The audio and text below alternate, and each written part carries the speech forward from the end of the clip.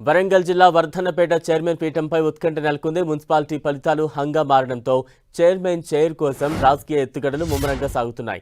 నిన్న జరిగిన ఓట్ల లెక్కింపులో మొత్తం 12 వార్డుల్లో బీఆర్ఎస్ గారు కాంగ్రెస్కు 5 వార్డులు రాగా ఒకరు స్వతంత్రులుగా గెలిచి కాంగ్రెస్ చెంతన చేరారు. దీంతో హంగ్ ఏర్పడింది.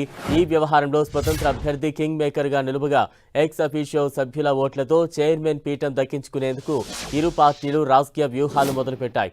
బీఆర్ఎస్కు చెందిన ఎక్స్ అఫీషియో సభ్యులు ఎమ్మెల్సీ పోచంపల్లి శ్రీనివాసరెడ్డి, బండ ప్రకాష్ మద్దతు తెలిపే అవకాశం ఉండగా అటు కాంగ్రెస్కు ఎమ్మెల్యే నాగరాజు సహా మరొకరు MLC Basavaraju Sarayya ex officio సభ్యునిగా ఉంటారా లేదా అనేది తీవ్ర సందిగ్ధత నెలకొంది. దీంతో వర్ధన్నపేట మున్సిపాలిటీపై ఏ రాజకీయ జెండా ఎగురుతుందో అన్న ఉత్కంఠ నెలకొంది. మరోవైపు కాంగ్రెస్ పార్టీ అధికార దుర్వినియోగానికి పాల్పడింది. ఓట్ల లెక్కింపుతో అధికారులను ప్రభావితం చేసిందని మాజీ ఎమ్మెల్యే ఆరూరి రమేష్ బీఆర్ఎస్ శ్రేణులు ఆందోళనకు దిగారు.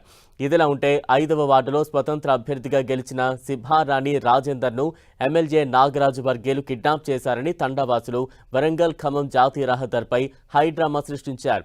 గంటపాటు రోడ్డుపై బైఠాయించి కిడ్నాప్ చేసిన వ్యక్తిని అప్పగించాలని డిమాండ్ చేశారు. దీంతో పోలీసులు రంగప్రవేశం చేసి సమస్యను సర్దుమణిగేలా చేశారు. దీంతో వర్ధన్నపేట మున్సిపాలిటీ పీఠం ఎవరిని వరిస్తుందనే ఉత్కంఠ తీవ్రంగా నెలకొంది.